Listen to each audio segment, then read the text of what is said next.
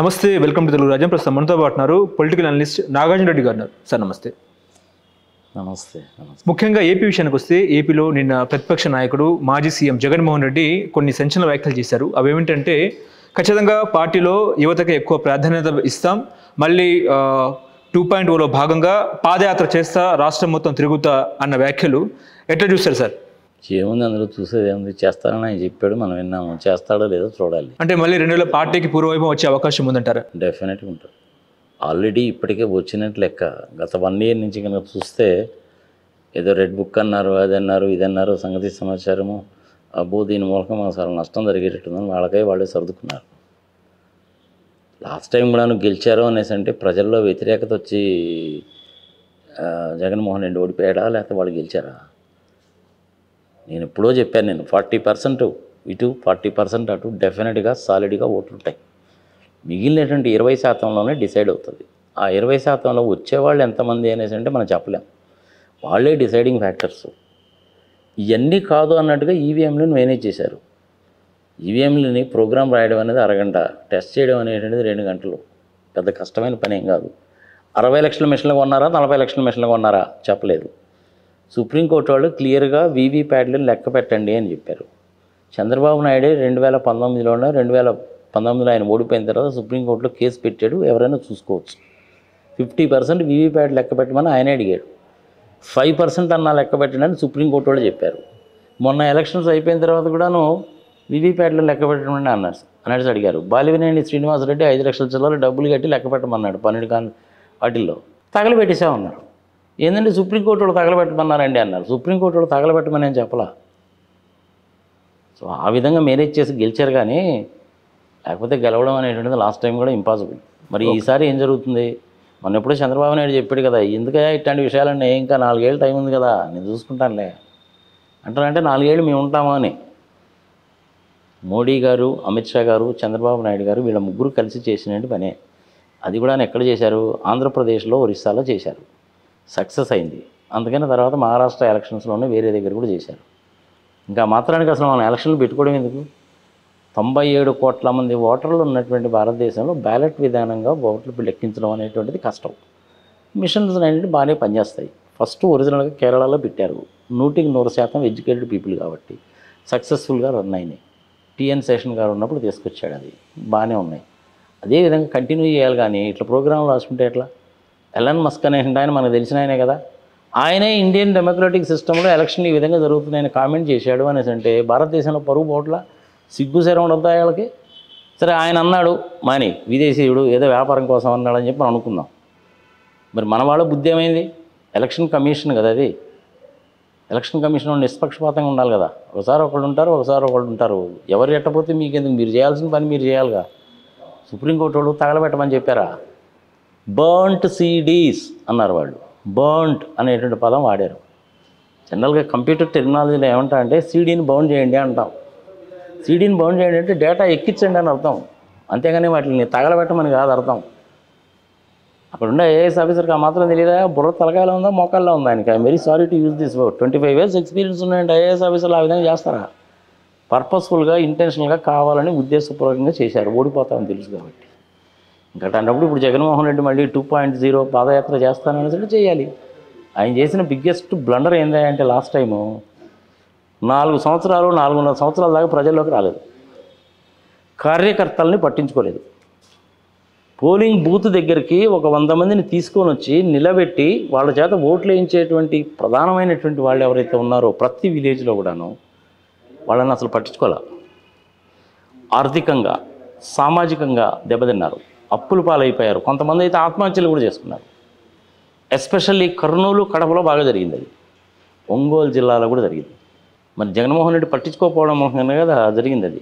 అందుకని ఇప్పుడు ఏంటి, నిజాలు ఏందో బయటపడ్డాయి ఆయనకి, అందుకని వచ్చాడు. కరెక్ట్గా డేట్తో సహా చెప్పాలంటే 23వ తారీఖు జూలై 2023వ సంవత్సరం ఐపాక్ వాళ్ళు నా దగ్గరికి వచ్చారు. ఇట్లా ఉందా బాబు పరిస్థితి, ఇంకా 1 year టైం ఉంది, జాగ్రత్త కనుక పడకపోతే మటుకు మీకు ఓట్లు తగ్గుతాయి, ఓడిపోయినా మీరు ఆశ్చర్యపడాల్సిన పని లేదు. ప్రజల్లో, కార్యకర్తల్లో, పోలింగ్ బూత్కి తీసుకొచ్చి ఓట్లు వేయించేటువంటి వాళ్ళలో చాలా వ్యతిరేకత ఉంది, వాళ్ళు చాలా అసంతృప్తిగా ఉన్నారు. వ్యతిరేకత లేదు కానీ అసంతృప్తిగా ఉన్నారు, జాగ్రత్త పడాలి. మీరు చెప్తారా, నన్ను చెప్పమంటారా? మీరు వెళ్ళేటోడు చెప్పండి, నేను కూడా వస్తాను మీతో పాటు. పత్తలేరు మనుషుల తర్వాత. నన్నే రమ్మని చెప్పి ఫోన్ చేసి పిలిస్తే హైదరాబాద్ నుంచి నేను కారు వేసుకొని పోయాను. రమ్మన్నారు కదా అని ఉద్దేశంతో జగన్మోహన్ రెడ్డికి ఈ సంగతులు చెప్దామని 3 గంటల దాకా నన్ను కూర్చోబెట్టి, ఏంటండి ఎప్పుడో రమ్మన్నారు, నేను వచ్చాను, ఇంతవరకు ఒక 5 నిమిషాలే కదా నేను అడిగింది అంటే, ఎక్కడున్నారండి ఆయన, వెళ్ళిపోయారు కదా, మీరు చూడలేదా, మీరు మాట్లాడలేదా అని అడిగారు నాతో. ఇంక పరిస్థితి అట్టా ఉంది. అప్పుడు అధికారం చేతిలో ఉన్నంత కాలము వీళ్ళకి కన్ను మిన్ను కానరాదు. అధికారం పోయిందనుకోండి అడుక్కు తినే పరిస్థితులకు వస్తారనమాట. అప్పుడు వాస్తవాలంటే వీళ్ళకి బయటపడతాయి. ఏ పార్టీకైనా కానీ ఇదే పరిస్థితి ఉంటుంది. కాంగ్రెస్లో నేను అదే పరిస్థితి చూశాను, బీజేపీలో కూడా అదే పరిస్థితి చూశాను. కానీ బీజేపీ వాళ్ళు చాలా జాగ్రత్తగా ఉంటారు. వైఎస్ఆర్సీపీలో కేర్లెస్నెస్ బాగా ఎక్కువైంది. ఆయన చుట్టూరు కొంతమంది క్వార్టరైన్ పెట్టుకున్నాడు. వాళ్ళు ఎవరిని కూడా జగన్మోహన్ రెడ్డితో కలవనీరు, మాట్లాడినారు. జగన్మోహన్ రెడ్డి నాకేం పదవులు ఇవ్వాలా, శాలువాలు కప్పలేదు, పూలదండ లేదు, రెడ్ కార్పెట్ వెల్కమ్ వేయలేదు. భారతి గారు నేను పంపించిన వీడియోలు కూడా కొన్ని చూసేది. మరి ఆమె చెప్పిందో లేదో నాకైతే తెలియదు. విజయమ్మ గారు అంటే నాకు చాలా అభిమానం. రాజశేఖర రెడ్డి గారితో అయితే ఇక చెప్పే పనే లేదు. కానీ రాజశేఖర రెడ్డి గారికి, జగన్మోహన్ రెడ్డి గారికి నక్కకి నాగలోకి అనుకున్నంత తేడా ఉంది. ఇప్పటికైనా కొంపలంటికి పోయిందేం లేదు. ఈవీఎంలన్నీ మీరు మేనేజ్ చేశారు. రాష్ట్రపతి భవన్ ముందు కూర్చోండి, నిరాహార దీక్ష చేయండి. 1 అవర్లో ఢిల్లీలో ఉండేవాళ్ళే 1,00,000 మంది వస్తారు అక్కడికి. అందరికీ అన్ని విషయాలు బాగా తెలుసు. ఎవరో ఒకడు ఇనిషియేటివ్ తీసుకోవాలి. అది ఎవరు తీసుకోవాలి? జగన్మోహన్ రెడ్డి ఆంధ్రప్రదేశ్లో తీసుకుంటే మొత్తం సెట్ అయిపోద్ది. ఆయన ఎందుకు తీసుకోవట్లేదు మీరు ఆయన అడగాలి, నన్ను అడిగితే ఉపయోగం లేదు. కేసులు భయమేమో.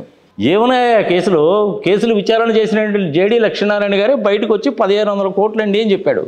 ఎక్స్ప్లెనేషన్ ఇస్తే సరిపోద్దండి అని ఆయనే చెప్పాడు. వీళ్ళందరూ ఏం చేశారు? లక్ష కోట్లు అదే పని చెప్పారు. ఇన్వెస్టిగేట్ చేసిన ఆఫీసరే 1,500 కోట్లు చెప్తుంటే ఎక్స్ప్లెనేషన్ ఇస్తే సరిపోద్దిగా. ఇంకా ఆయన బెయిల్ మీద ఉన్నాడు కదా, ఒకవేళ అగెనిస్ట్గా కేంద్ర ప్రభుత్వం అగెనిస్ట్ కాకపోతే బెయిల్ రద్దే అవకాశం ఉంది అని చెప్పేసి కూడా అనుకుంటున్నారు. బెయిల్ రద్దు లేదు, పోడలేదా, ఇవన్నీ పుకార్లేను. అమిత్ షా గారికి, మోడీ గారికి జగన్మోహన్ రెడ్డి అంటే చాలా ఇష్టం. మేము కలిసి పోటీ చేద్దామండి అని చెప్పి అడిగితే జగన్మోహన్ రెడ్డి గారు చాలా పొలైట్గా వద్దులేండి నేను ఇండిపెండెంట్గా చేస్తానని 2014లో చెప్పాడు, 2019లో అదే చెప్పాడు, 2024లో కూడా అదే చెప్పాడు. జగన్మోహన్ రెడ్డి గారి దగ్గర నుంచి ఆ మాట వచ్చిన తర్వాతే వీళ్ళు టీడీపీతోటని జనసేనతో పెట్టుకున్నారు. కానీ జగన్ ఓడిపోయారుగా. ఈవీఎంల మూలకంగా ఓడిపోయారు, ప్రజల వ్యతిరేకం మూలంగా కాదు. అది చూసుకోండి ఒకసారి, మీరు స్టాటిస్టిక్స్ చూసుకుంటే మీకే తెలుస్తుంది. 39% ఓటింగ్ పోలింగ్ వచ్చిందా లేదా? మరి జగన్మోహన్ రెడ్డి గెలిచినప్పుడు కూడాను టీడీపీకి 39% వచ్చింది. మరి వాళ్ళకి 23 వచ్చినాయి. అదే 39% అనేది ఇప్పుడు జగన్మోహన్ రెడ్డికి వస్తే 11 వచ్చినాయి.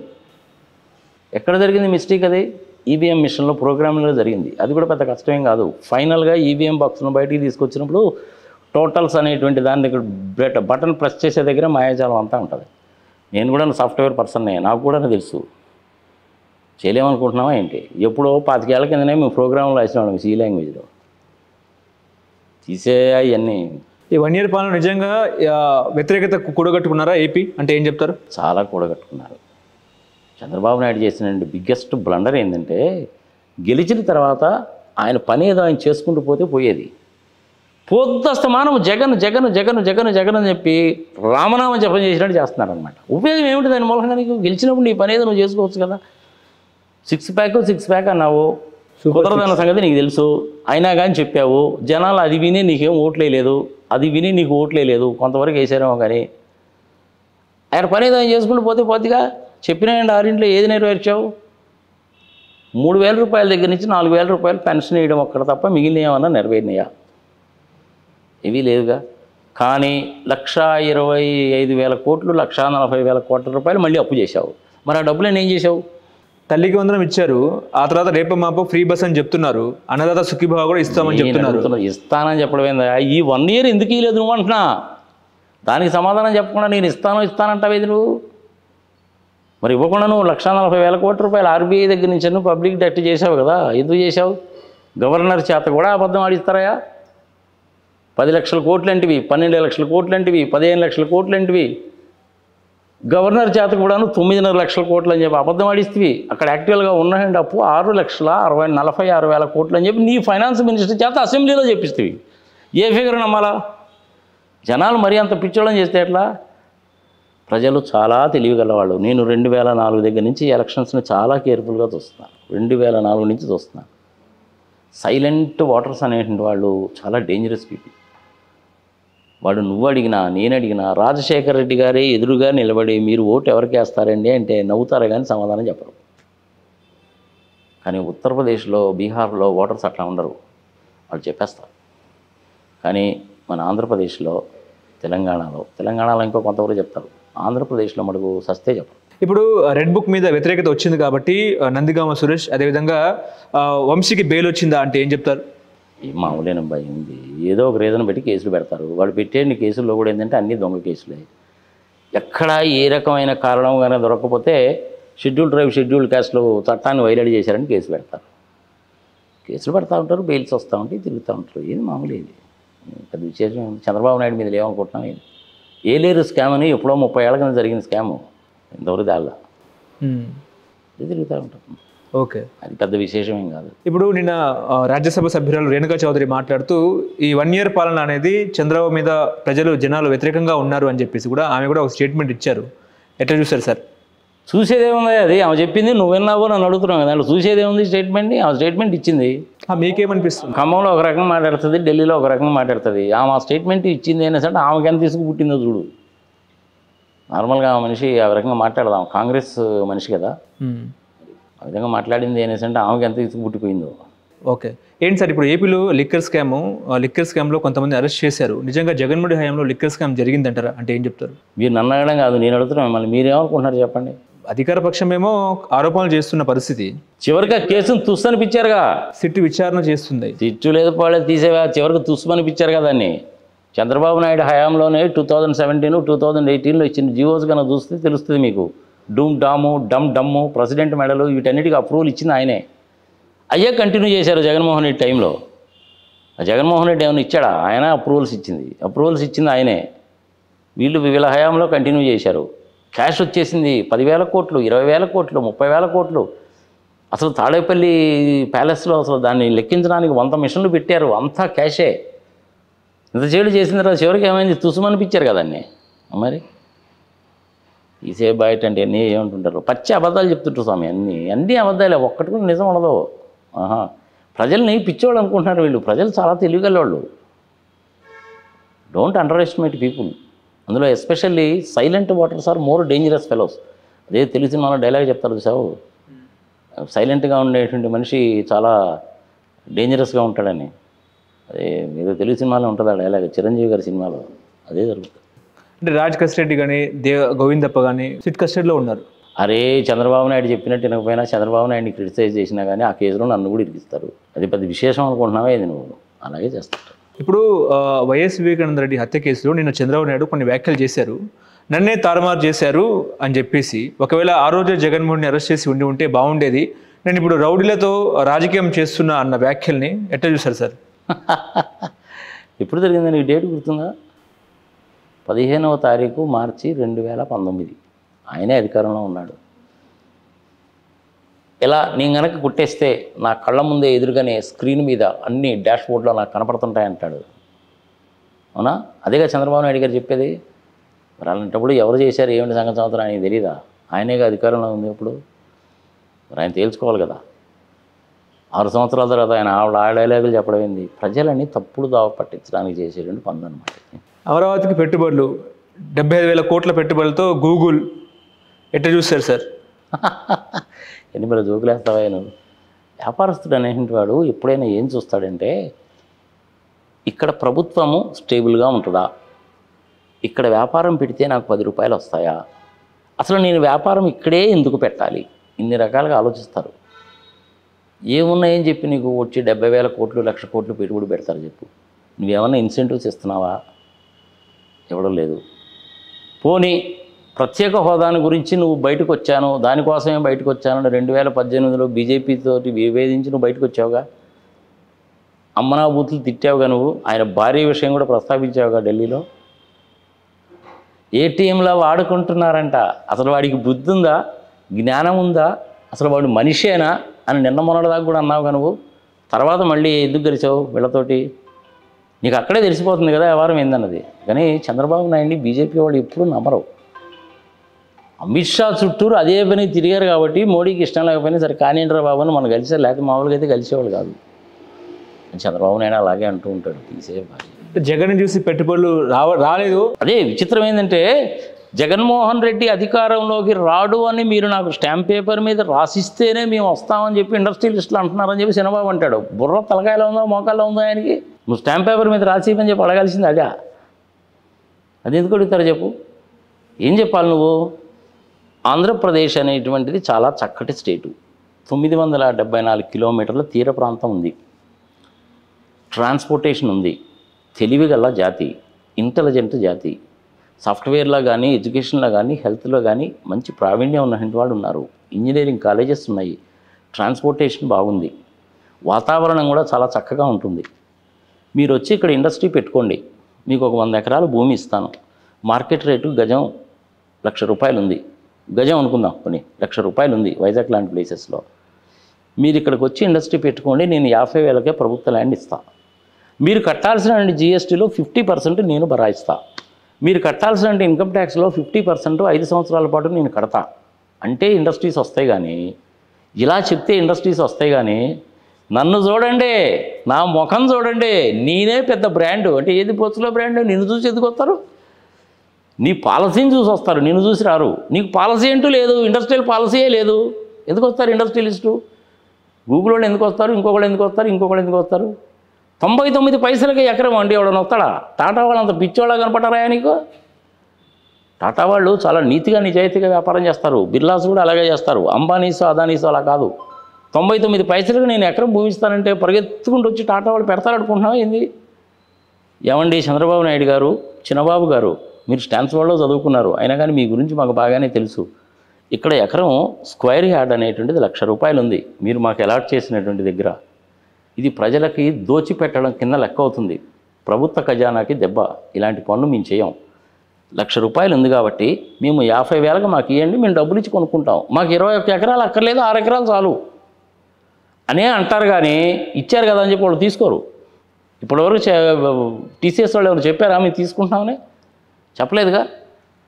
తెలుసు వాళ్ళకి అది నీతి నిజాయితీ అంటే. అలాంటి నీతి నిజాయితీ పరులకి నేను రాష్ట్రంలో కనుక తీసుకొచ్చి ఇండస్ట్రీస్ కనుక పెట్టించాలంటే నువ్వు కూడా అదే పద్ధతి ఉండాలి. నీకు ఆ పద్ధతి లేనప్పుడు వాళ్ళు ఎందుకు వస్తారు? వేరే వాళ్ళకి ఎవరికో 60 ఎకరాలు 70 ఎకరాలు నీకు కావాల్సిన వాళ్ళకి కట్టబెట్టడానికి నువ్వు TCS వాళ్ళని ముందు పెట్టావు. TCS వాళ్ళు వస్తారు అనుకున్నావు, ఇది నువ్వు చెప్పినంత మాత్రాన రారు. నేను చూడలేదైంది హైటెక్ సిటీ అప్పుడు నేను, జయప్రకాష్ నారాయణ గారు, హనుమాన్ చౌదరి గారు, జయ చౌదరి గారు మేమందరం కలిసి వర్క్ చేసిన వాళ్ళమే. మా కళ్ళ ముందే రాత్రిపూట పాములు తిరగడం మేము చూసాం. ₹1,250 గజం అక్కడ ఫిక్స్ చేసింది. ఎప్పుడు? 2000లో. ఇంకా గట్టిగా చెప్పాలంటే 95, 96లో. అది నేను కూడా నా STPకి ఆడిటర్గానే పనిచేశాను, నాకు తెలుసు. ఇప్పుడు 25 సంవత్సరాల కిందనే గజం ₹1,250 అయితే ఇప్పుడు నువ్వు వైజాగ్ లాంటి ప్లేసెస్లో ఎకరం 99 పైసలకి ఇస్తారంటే జనాలు పిచ్చోళ్ళ కనపడుతున్నారా నీకు? ఎందుకు వస్తారు చెప్పు? నీకు ఇండస్ట్రియలిస్టులు టాటాస్ లాంటి వాళ్ళు అసలు రారు. ల్యాండ్ పూలింగ్ కూడా మొదలు పెడుతున్నారు కదా సార్, ల్యాండ్ పూలింగ్ కూడా మొదలు పెడుతున్నారు, భూసేకరణ కూడా మొదలు పెడుతున్నారు. అని దుంపదేగా బుద్ధి. సేకరించిన 33,000 ఎకరాలకే దిక్కు లేదు, ఇంకా మళ్ళీ 40,000 ఎకరాలు ఎందుకు? అసలు క్యాపిటల్ కట్టడానికి 5,000 acres is more than sufficient. నేను దీని మీద వీడియోలు చేశాను, 20 లక్షల మంది 30 లక్షల మంది చూశారు. ఆ వీడియోలు కూడా అటాచ్ చేసి తెలుస్తుంది. రాయ్పూర్లో క్యాపిటల్ కట్టలేదా ఏంటి? చండీగఢ్లో కట్టలేదా? 2 రాష్ట్రాలకి కట్టలేదా ఏంది? మరి తమిళనాడు వాళ్ళు కూడాను మెడ్రాస్లో బాగా ప్రాబ్లమ్స్ వస్తున్నాయని వేరే దగ్గర క్యాపిటల్ పెట్టుకుందాం అనుకుంటున్నారు, కానీ పెట్టలేకపోతున్నారు. మలేషియా వాళ్ళు కూడాను కోలాలంపూర్ బాగా ఇదైపోయిందని చెప్పి జయపూర్ అని చెప్పి క్యాపిటల్కి అడ్డం మొదలుపెట్టారు. ఒక్కడు పోలా పోరట్లా. నన్ను చూసిరండి, నన్ను చూసిరండి అంటాడేది చంద్రబాబు నాయుడు. నా మొహం చూసిరండి, నన్ను చూసిరండి అంటే నీ పాలసీని చూసి వస్తారు, నీ స్టెబిలిటీని చూసి వస్తారు. కానీ మామూలుగా ఇండస్ట్రియలిస్టులు అనేవాళ్ళు ఎందుకు వస్తారు? నువ్వు అక్కడ అమరావతిలో IAS ఆఫీసర్స్కి వాళ్ళకి క్వార్టర్స్ కట్టావు, అక్కడ పనిచేసే వాళ్ళందరూ కూడా విజయవాడ నుంచో గుంటూరు నుంచే రావాలా? కుదిరే పనేనా ఇది? 10 అడుగులు తవ్వితే నీకు నీళ్లు పడిపోతాయి. ఆడ 50 అంతస్తులు బిల్డింగ్ ఎట్ట కడతావు? పైగా దాని గురించి క్రిటిసైజ్ చేసిన వాళ్ళు నీళ్ళల్లో వేసి తొక్కుతానంటాడు. అక్కడికి తీసుకొచ్చిన టీం వాళ్ళే బోట్లు వేసుకొని ప్రచారం పోవాల్సి వచ్చిందా? ఆ ఏరియా సూటబుల్ కాదు బాస్, అది అస్సలు సూటబుల్ కాదు, అది ఏ రకంగానూ సూటబుల్ కాదు. ప్రజల కడుపు కొట్టి చేసినండి దిక్కుమాలి పని అది. ఎంతమంది చెప్పినా ఎండేండి ఆయన చంద్రబాబు నాయుడు మొక్కుపొట్టు పెడితే ఎట్లా? అదేమంటే నేను విజన్ ఉన్న మనిషిని అంటాడు. చంద్రబాబు నాయుడుతో కలిసి నేను కూడా వర్క్ చేశాను. ఒకప్పుడు విజన్ ఉన్న మనిషే. వెన్నుపోటు పొడిచి ఆయన ఎన్టీఆర్ గారి దగ్గర పదవి లాక్కున్నప్పటికి కూడాను ఈ మనిషిలో ఏదో కొంచెం ఆలోచించాల్సిన వ్యవహారం ఉందే అన్న ఉద్దేశంతో నేను కూడా సపోర్ట్ చేసిన వాడినే, ఓటు వేసిన వాడినే, వర్క్ చేసిన వాడిని. కానీ ఇప్పుడు ఈ రకంగా ఎందుకు మాట్లాడుతున్నాను నేను? Chandrababu Naidu is the most dangerous politician on this good earth to be eliminated from politics legally and morally under any circumstances to protect the democratic setup across the world. Otherwise, it will cause catastrophic disasters to the world itself. ఇంకెంతకంటే నేను చెప్పలేను. catastrophic disasters create చేస్తాడు ఆయన. ఆయనేమో రాష్ట్రపతి అయిపోవాలి, ఆయన కొడుకేమో ముఖ్యమంత్రి అయిపోవాలి. కుదిరే పనేనా? కుదరదు కదా. మరి ఎట్లా కుదురుతుంది చెప్పు? నేను విజనరీని అంటావు, కాదని చెప్పి నేను అంటాను ఒకప్పుడు, కానీ ఇప్పుడు కాదు. ఆయన ఒకప్పుడు ఐటీతో మాట్లాడిండు, ఇప్పుడు ఏఐతో మాట్లాడుతున్నా అంటున్నాడు. దేంతో? ఏఐతో, ఆర్టిఫిషియల్ ఇంటెలిజెన్స్తో మాట్లాడుతున్నాడు. ఏదో 4 పదాలు చేసుకుని మాట్లాడుతూ ఆర్టిఫిషియల్ ఇంటెలిజెన్స్ అంటాడు, లేకపోతే తీసుకొస్తా అని చెప్తాడు, ఇంకొకటి చెప్తాడు, ఏదో చెప్తుంటాడు ఆయన. వదిలేదు. క్వాంటమ్ థియరీ అంటాడు, ఆర్టిఫిషియల్ ఇంటెలిజెన్స్ అంటాడు, ఏదో అంటుంటాడు. వదిలే. ఏదో సైబరాబాద్ సృష్టికర్త నేనే, మళ్ళీ సైబరాబాద్ సృష్టికర్త ఆయన అంటావు.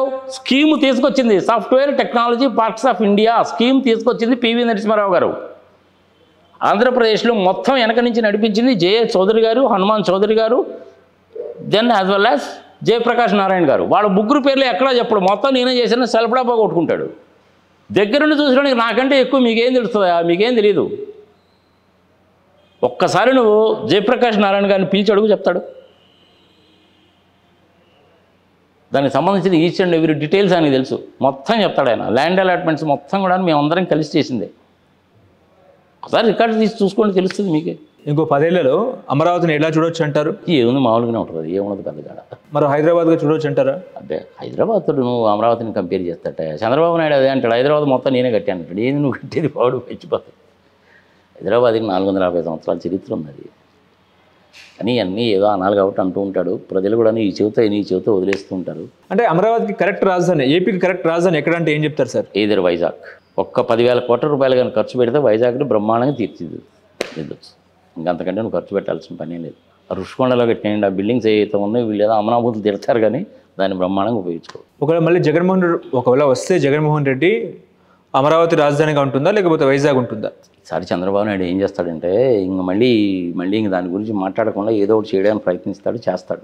ఇప్పుడు సోషల్ మీడియాలో ఒక చర్చ అంటే వైసీపీలోకి జేసీ ప్రభాకర్ రెడ్డి అన్నట్టు కూడా వార్తలు వస్తున్న పరిస్థితి. ఆయన నిన్న ఏమన్నారంటే వైఎస్ఆర్ ఫ్యామిలీ కూడా నాకు ఆత్మీయులు అని చెప్పేసి కూడా ఆయన ఒక స్టేట్మెంట్ ఇచ్చారు. ఈ స్టేట్మెంట్ చూసుకుంటే ఆయన వైసీపీలో కొంచెం దగ్గరగా వచ్చే అవకాశం ఉందా అంటే ఏం చెప్తారు? ఆయన ఎప్పుడో చిన్నవాడు వయసు. రాజశేఖర రెడ్డి గారును plus as well as JC Diwakar Reddy garu మంచి థిక్కెస్ట్ ఫ్రెండ్స్, క్లోజ్ ఫ్రెండ్స్. అన్న అనుకునే ఒరే అని చెప్పి అనుకునేటువంటి ఇది ఉన్నటువంటి వాళ్ళు చిన్న ఎగో ప్రాబ్లం మూలంగా ఆయన వైసీపీలోకి రాకుండా టీడీపీలోకి వెళ్ళాడు అంతే. జగన్మోహన్ రెడ్డిని ఇంతప్పటి నుంచి చూస్తున్నాడు ఆయన జేసీ దివాకర్ రెడ్డి. ఆయనలో ఉన్నండి స్పెషాలిటీ ఏంటంటే ఒక్కోసారేమో గైగా నరిచేస్తాడు, ఒక్కోసారేమో మనసులో ఏది దాచుకోకుండా చెప్పేస్తాడు. ఫర్ ఎగ్జాంపుల్ రాయలసీమలో ఉండేయండి వాళ్ళందరూ అలాగే ఉంటారు, మనసులో ఒకటి పెట్టుకోరు, బయట ఒకటి పెట్టుకోవడం ఉండదు. నమ్మారా ప్రాణం ఇస్తారు, తగాదు వచ్చిందా ప్రాణం తీస్తారు. ఈ 2 పద్ధతులు ఉంటాయి అంతే. జేసీ దివాకర్ రెడ్డి గారు అన్నారు అనేసి అంటే పెద్ద ఆశ్చర్యపడాల్సిన పని ఏం లేదు. అంటే ఆయనకు ఎప్పటి నుంచో సత్సంబంధాలు ఉన్నాయని కూడా మాట్లాడారు. ఇప్పటి నుంచో ఉన్నాయి సత్సంబంధాలు, ఇప్పటి నుంచి జగన్మోహన్ రెడ్డి పిల్లోడుగా ఉన్నప్పటి నుంచి ఉన్నాయి. ఇప్పుడు బాలినేని శ్రీనివాసరెడ్డి సైలెంట్ మోడ్లోకి వెళ్ళిపోయారు అనుకోవచ్చా? ఎందుకంటే మొన్నటిదాకా ఆయన జనసేనతో కొంచెం దగ్గరగా ఉన్నారు, మళ్ళీ కూడా బ్యాక్ టు హోమ్ అంటే వైసీపీలోకి వచ్చే అవకాశం ఉందంటారా? అది బాలినేని శ్రీనివాసరెడ్డి 12 బూతుల్లో వీవీప్యాట్లు లెక్క పెట్టండి అని 5 లక్షల చిల్లర డబ్బులు కడితే జగన్మోహన్ రెడ్డి కానీ సజ్జల రామకృష్ణారెడ్డి గారు కానీ ఎవరు ఆయన సపోర్ట్ చేయలే. ఓకే, మేము నీకు వెనకున్నాము, నువ్వు ధైర్యంగా ముందుకు తీసుకెళ్ళని చెప్పలా. మరి ఆ మనిషికి ఒళ్ళు పండుతుందా లేదా? అందుకని జనసేనలోకి వెళ్ళాడు. జనసేన వాళ్ళ సంగతి ఏంటి? పవన్ కళ్యాణ్కే దిక్కు లేదు, ఇంకా ఈయనకేముంటుంది ఆడ. అందుకని మళ్ళీ ఆలోచిస్తాడు ఆయన. రాజకీయం అంటే ఇలాగే ఉంటుందబ్బా. అంటే ప్రాణం ఉన్నంత వరకు పవన్కి అండగా ఉంటానని ఈ డైలాగులన్నీ ఏదో చాలా చెప్తుంటారు, ఇవన్నీ కుదిరే పనినా? ఎట్టు కుదిరితే చెప్పు. చంద్రబాబు నాయుడు చరిత్ర తీసుకున్నాం మనకు తెలీదా? ఇందిరాగాంధీ కనుక ఒప్పుకుంటే మా మామ మీదనే పోటీ చేస్తానని చెప్పి అన్నాడు కదా ఆయన. మరి చివరికి ఏం చేశాడు? ఆ మామగారికి వెన్నుపోటు పొడి చేశాడుగా. రాజకీయాల్లో ఇవన్నీ మామూలేనంత. ఏంటి సార్, అమెరికాలో ఎలన్ మస్క్ కొత్త పార్టీ అని చెప్తున్నారు. ఆల్రెడీ అమెరికాలో డెమోక్రటిక్ అదేవిధంగా రిపబ్లిక్ పార్టీలు ఉండగా ఇంకో మూడో పార్టీ అవసరమా అంటే ఏం చెప్తారు సార్? మూడో పార్టీ ఏంది నాకు అర్థం కాదు. ఎవరు చెప్పారు నీకు ఇది మూడో పార్టీ అని? ఆల్రెడీ అమెరికాలో ఇంకో 4-5 పార్టీలు కూడా ఉన్నాయి, ఎప్పటి నుంచో ఉన్నాయి. డెమోక్రాటిక్, రిపబ్లికన్స్ అనేటువంటి ప్రామినెంట్గా ఉంటాయి. మన ఇండియాలో కనుక బీజేపీ, కాంగ్రెస్ లాగా అంతే. అట్లనే అమెరికాలో కూడా ఇంకా 4-5 పార్టీలు ఉన్నాయి. గ్రీన్ పార్టీ అని ఒకటి ఉంది, కాన్స్టిట్యూషనల్ పార్టీ అని ఒకటి ఉంది, నేషనల్ డెమోక్రాటిక్ పార్టీ అని ఒకటి ఉంది, కమ్యూనిస్ట్ పార్టీ కూడా ఉందాడా. ఓకే. కానీ ఇది థర్డ్ పార్టీ కాదు. ఇది ఎలాన్ మస్క్ పార్టీ పెడుతున్నాడు, ది అమెరికన్ పార్టీ, అది దాని పేరు. సింబల్ ఏది సంగతి సమాచారం, వాళ్ళ ఏజెండా ఏంది ఇంకా అనౌన్స్ చేయలేదు. మరి పార్టీ ఎందుకు పెట్టాలనుకుంటున్నాడు ఆయన? ఇంచుమించుగా $100 మిలియన్ ట్రంప్ గారిని ప్రెసిడెంట్ చేయడానికి ఖర్చు పెట్టాడు. ఆయన అధికారంలోకి వచ్చిన తర్వాత డిపార్ట్మెంట్ ఆఫ్ గవర్నెన్స్ దానికి హెడ్డింగ్ చేశాడు. ఇండియన్స్ కూడా చాలామంది ఉన్నారు, సంగతి సమాచారం, మంచి పొజిషన్స్లో కూడా ఉన్నారు కొంతమంది. మరి ఇప్పుడు విభేదించి ఎందుకు బయటకు వచ్చాడు అనేసి అంటే వెనక ఆయనకు పడలేదు. ఎలాన్ మస్క్ బిజినెస్ పర్సనే, ట్రంప్ కూడా బిజినెస్ పర్సనే. ఈయనేమో మ్యానుఫ్యాక్చరింగ్ సైడ్ ఉంటాడు, స్పేస్ సైడ్ ఉంటాడు ఎలాన్ మస్క్. అతనేమో రియల్ ఎస్టేట్ సైడ్ ఉంటాడు, వడ్డీ వ్యాపారి. వ్యాపారాలు డిఫరెంట్. కానీ ప్రెసిడెంట్ ఆఫ్ అమెరికా అంటే ప్రెసిడెంట్ ఆఫ్ అమెరికానే. ఆయన తీసుకునేటువంటిది ఫైనల్ డెసిషన్. ఎక్కడ తేడా వచ్చింది అనేసి అంటే బ్యూటిఫుల్ బిగ్ బిల్ అనే దగ్గర తేడా వచ్చింది. ఓకే. మీరు ఇలాగే కనుక కంటిన్యూ కనుక చేసినట్లయితే ఇప్పటికే మనకి ఇంచుమించుగా $35 ట్రిలియన్ అప్పు ఉంది. మీరు ఈ విధంగా కనుక కంటిన్యూ చేస్తే ఈ అప్పు ఇంకా పెరుగుతుంది. కొన్నాళ్ళు పోయిన తర్వాత అమెరికా దివాలా తీసే పరిస్థితికి వస్తుంది. కాబట్టి ఇలా చేయకూడదు అనేటువంటిది ఎలాన్ మస్క్ చెప్పాడు. ట్రంప్ గారికి అది నచ్చలా, అందుకని బయటకు వచ్చాడు. అంటే మరి ఇప్పుడు నేను పార్టీ పెడితే అమెరికాకి ప్రెసిడెంట్ అవుతాడా అంటే నాకు తెలిసినంత వరకు ప్రెసిడెంట్ కాడు. అదేనండి. అమెరికాలో ప్రెసిడెంట్ కావాలంటే నువ్వు అమెరికాలో పుట్టి పెరిగి ఉండాలి. పెరిగితే లాభం లేదు, నువ్వు పుట్టాలి. ప్రపంచంలో అన్ని దేశాల్లో కూడా అదే ఉంటుంది. అవును. సోనియా గాంధీ కూడా ప్రైమ్ మినిస్టర్గా అవుదామని చెప్పి అనుకుంది, కానీ ఎందుకు కాలేదు? ఇక్కడ పుట్టలేదు ఆమె, ఇటలీలో పుట్టింది ఆమె. అవుదామన్న ఉద్దేశంతో మన్మోహన్ సింగ్ ఆమె ఇద్దరు కలిసి గెలిచిన తర్వాత 2004లో రాష్ట్రపతి గారి దగ్గరికి వెళ్ళింది. సుబ్రహ్మణ్య స్వామి గారు చెప్పారు, ఆమె ఇండియాలో పుట్టి పెరగలేదండి, పెరిగింది కానీ పుట్టలేదండి, మన రాజ్యాంగం ప్రకారం దట్ ఈజ్ నాట్ అలౌడ్ అండి అనేసి అంటే బయటకు వచ్చిన తర్వాత మన్మోహన్ సింగ్ గారి పేరు అనౌన్స్ చేసింది. ఏ దేశమైనా అలాగే ఉంటుంది. అంటే ఆయన సౌత్ ఆఫ్రికా మనిషి కాబట్టి ఇంకో పార్టీ పెట్టినా కూడా ప్రెసిడెంట్ కానీ ప్రెసిడెంట్ కావాలని ఏముంది అబ్బా, నాకు అర్థం కాదు. అది వేరే వాడిని ఉంటే డమ్మీ క్యాండిడేట్ ప్రెసిడెంట్ కింద పెడతారు, బినామీ అంటాం కదా మనం. అదేలే. అట్లనే ఒకవేళ ప్రెసిడెంట్ కింద పెడతాడు, వెనక నుంచి ఆయన నడిపిస్తాడు, చాలా అయింది. నీకు ఏం కావాలి? నువ్వు బీజేపీ పార్టీయే ఉంది. బీజేపీ పార్టీలో ఏంటి, మోడీ గారు మంచి మాటగారు కాబట్టి నువ్వు మాట్లాడు. వెనక నుంచి నడిపించేదంతా ఎవరు? అమిత్ షా. కానీ అమిత్ షా ప్రైమ్ మినిస్టర్ కాలేదుగా. అదేవిధంగా ఎలాన్ మస్క్ వ్యవహారం కూడా ఉంటుంది. ఆయన ఏం చేస్తాడంటే ఇప్పుడు దాకా మిగిలినటువంటి 4-5 పార్టీలు ఏవైతే ఉన్నాయో వీళ్ళని కూడా కలుపుకొని పోయి ఓ పెద్ద పార్టీ కింద చేస్తాడు. ఇటుపక్క రిపబ్లికన్ పార్టీ వాళ్ళకి గుర్తేమో ఏనుగు, డెమోక్రాటిక్ వాళ్ళకేమో గాడిద. మరి ఈయన ఏం గుర్తుపెట్టుకుంటాడో మనకు తెలియదు. మరి మోస్ట్ ప్రాబ్లీ ఈయన ఏంటంటే ర్యాకెట్లు అవి ఇవి అంటే ఈయనకు బాగా ఇష్టం కాబట్టి టీఆర్ఎస్ వాళ్ళ కారు పెట్టుకుంటాడో లేకపోతే ర్యాకెట్ పెట్టుకుంటాడో మనకు తెలియదు. పార్టీ అనేసి అంటే ఏంటంటే అక్కడ కూడాను రిజిస్ట్రేషన్ చేయాలి, దానికి ఒక పర్టికులర్ ఏజెండా ఉంటుంది, సంగతి సంవత్సరం చేయాలి కాబట్టి చేస్తాడు ఆయన. ఏమైనా చేయగలిగిన కెపాసిటీ ఉన్న మనిషి అబ్బా. ఎందుకంటే పత్రికా రంగము అనేటువంటిది ఆయన చేతిలో ఉంది, సోషల్ మీడియా మొత్తం అతని చేతిలోనే ఉంది కాబట్టి అది చేయగలుగుతాడు. ట్విట్టర్ ఖాతా కూడా తన చేతిలోనే ఉంది. ఏమో దాని తర్వాత అమెరికన్ కాన్స్టిట్యూషన్ కూడాను అమెండ్ చేసి అమెరికాలో 25 సంవత్సరాలు కానీ అంతకంటే ఎక్కువ ఉండేటువంటి మనిషి కూడాను అమెరికా ప్రెసిడెంట్కి పోటీ చేయొచ్చు మారుస్తారేమో మనకు తెలియదుగా. ఇప్పుడు ఏదైనా జరగచ్చు కదా. అంటే ప్రపంచ దేశాల పరిస్థితి ఎట్లా ఉండే అవకాశం ఉంది ఒకవేళ ఎలాన్ మస్క్ పార్టీ పెడితే? పార్టీ పెట్టినంత మాత్రాన ప్రపంచానికి లాభాలు నష్టాలంటే ఉండవు. ప్రెసిడెంట్ అయితే ఆ పవర్, ఆ కెపాసిటీ, ఆ సంగతి సమాచారం మీదే, అప్పుడు చెప్పగలం. టూ అర్లీ, ఇది చాలా అర్లీ స్టేజెస్ గురించి మీరు నన్ను అడుగుతున్నారు. దాని గురించి మీరు నన్ను అడిగితే నేను ఏం చెప్పగలుగుతాను? అంటే ఎక్కడ చెడింది అంటారు వాళ్ళ మధ్య స్నేహబంధం అనేది? ఆ స్నేహబంధానికి ఎక్కడ విరుగుడు అంటే ఏం చెప్తారు సార్? ఏముంది, అప్పుల దగ్గరే. ఈ బిగ్ బ్యూటిఫుల్ బిల్ అనే దగ్గరే చెడింది. ఏంటి సార్ అసలు బిగ్ బ్యూటిఫుల్ బిల్ అంటే అసలు ఏంటి? ఏముంది, ట్యాక్స్ కన్సెషన్స్ ఇస్తాను, సంగతి సమాచారం. అది ట్యాక్స్ కన్సెషన్స్ ఇస్తే రెవెన్యూ ఉండదు, రెవెన్యూ కనుక లేకపోతే అప్పు పెరుగుతుంది, అప్పు కనుక పెరిగినట్టయితే అమెరికా దివాలా తీస్తుంది. అది ఆయన విభేదించేది. అంటే 4 ట్రిలియన్ ఎకానమిక్ పరిస్థితి కూడా అధ్వానంగా ఉందంటారా? 4 ట్రిలియన్ ఎకానమీ ఎవరిది? అమెరికా. 4 ట్రిలియన్ ఎకానమీ అనేటువంటిది ఇండియాది, 5 ట్రిలియన్ ఎకానమీ చేస్తారని మోడీ గారు అన్నారు. వేచి చూద్దాము. అమెరికా వాళ్ళది $24 ట్రిలియన్ ఎకానమీ, $35 ట్రిలియన్ అప్పు. చైనా వాళ్ళది $10 ట్రిలియన్ దాకా వాళ్ళకి అప్పు ఉంది, కానీ వాళ్ళది ఇంచుమించుగా $19 ట్రిలియన్ ఎకానమీ. 1949లో వాళ్ళకి స్వతంత్రము, 47లో మనకి స్వతంత్రము. వాళ్ళది 140 కోట్ల పాపులేషను, మంది 140 కోట్ల పాపులేషను. మంది $4 ట్రిలియన్ ఎకానమీలో ఎందుకున్నామంటే బీజేపీ వాళ్ళు కాంగ్రెస్ వాళ్ళని తిడతారు. పోనీ ఈ 11 సంవత్సరాల నుంచి ఈ బీజేపీ వాళ్ళు ఉన్నారు, పోనీ వీళ్ళు దీన్ని ఏమన్నా $15 ట్రిలియన్ ఎకానమీ చేశారంటే వీళ్ళు చేయలేకపోయారు. ఇవన్నీ కాదన్నట్టు పెట్రోల్ మీద ఏందండి బాబు, డీజిల్ మీద మోడీ గారు ఎంత చెడు మీరు ట్యాక్సీలు వేస్తున్నారు, ఇది మరీ అన్యాయం అండి అంటే దేశద్రోహి, అర్బన్ నక్సలైటు, రూరల్ టెర్రరిస్టు, చోటేమోటే గ్యాంగు, టుకుడే గ్యాంగు అని అమనాభూతులు తిడతారు, కేసులు పెడతారు. మన చంద్రబాబు నాయుడు గారు కనుక ఆంధ్రప్రదేశ్లో పెట్టినట్టు పెడతారు. ఇది న్యాయమా ధర్మమా ప్రజల విజ్ఞతకు వదిలేద్దాం. అమెరికన్ ఎకానమీ మనకంటే పెద్ద గొప్పగా ఏం లేదు. మనకి దూరపు కొండలను ఉనిపోని అమెరికాలో అడుగు తినే వాళ్ళు ఉన్నారు తెలుసా నీకు? ఒకసారి శాన్ ఫ్రాన్సిస్కో, లాస్ ఏంజల్స్ లాంటి ప్లేసెస్కి వెళ్తే సిటీ అవుట్స్కట్స్ కనుక వస్తే ఫ్లైఓవర్ల కింద నివసించేవాళ్ళు కూడా ఉంటారు. వాళ్ళు చెత్తను తీసుకొచ్చి ఎక్కడైతే డంప్ చేస్తారో ఆ చెత్తలో కాగితాలు ఏరుకొని అమ్ముకొని బతికేవాళ్ళు కూడా ఉంటారు. కానీ ఆ పర్సంటేజ్ ఎంత ఉంటుందంటే 0.1% ఉంటాం. ఓకే. హలో, తెలుగు రాజ్యం ఛానల్ చూస్తున్నారా? సామాజిక, రాజకీయ, జీవన చిత్రణే తెలుగు రాజ్యం. అతిశయోక్తులు, అసత్యాలు ఉండవు.